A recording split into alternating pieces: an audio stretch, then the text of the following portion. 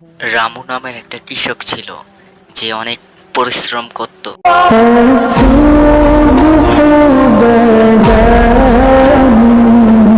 রামু নামের কৃষকটা খেতে কাম করার জন্য রওনা হলো। দিন ভরে অনেক মেহনত করত রামু নামের কৃষকটা।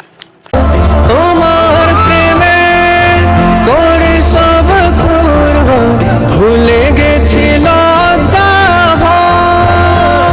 রামু নামের কৃষকটা এখন খেতে কাম করে, অনেক কষ্ট করে খেতে বীজ উপার্জন করতেছে।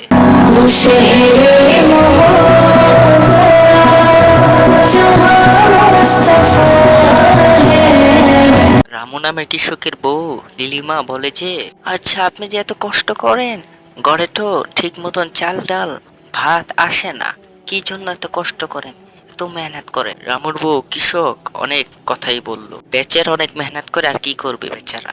রামু নামের কৃষকটা এখন অধৈর্য হয়ে এখন আবারও সে খেতে কাম করতে যাইতেছে।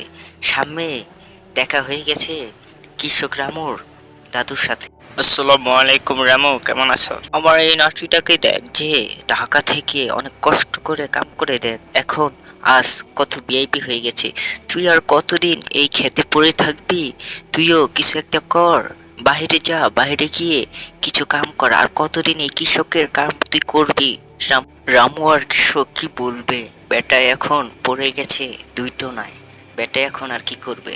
এখন আর রামু কিছু বলে না, রামুর দাদাই বলতাছে, রামু শুনতাছে। আর কি করবে রামু, ছেলেটা এত পরিশ্রম করে দুই মুঠো ভাত জোগাড় করেছে রামু। আসসালামু আলাইকুম রামু। ওয়ালাইকুম আসসালাম। কিছু বলবেন ইমান সাহেব? মোহাম্মদ আলী ইমান সাহেব বলা শুরু করল ওনার কথা।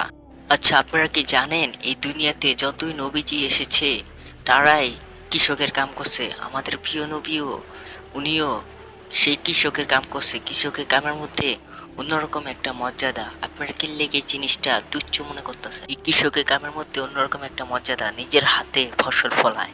আলহামদুলিল্লাহ, দুই মতো ভাত খাইতে পারলে এই শুকরিয়া করবেন আল্লাহ তাআলার কাছে। কি জন্য আপনারা এই জিনিসটা নিয়ে এমন করেন? এই দুনিয়াতে বেশি টাকা হলে কি সুখে শান্তিতে থাকা যায় না? আল্লাহ তাআলার কাছে চান, ইনশাল্লাহ আল্লাহ তাআলা দিবেন। আপনারা তাহলে কি শিখতে পারলেন? ছোট্ট বন্ধুরা আপনারা যারা আছেন সকলেই ইনশাল্লাহ চ্যানেলটা সাবস্ক্রাইব করে দিবেন।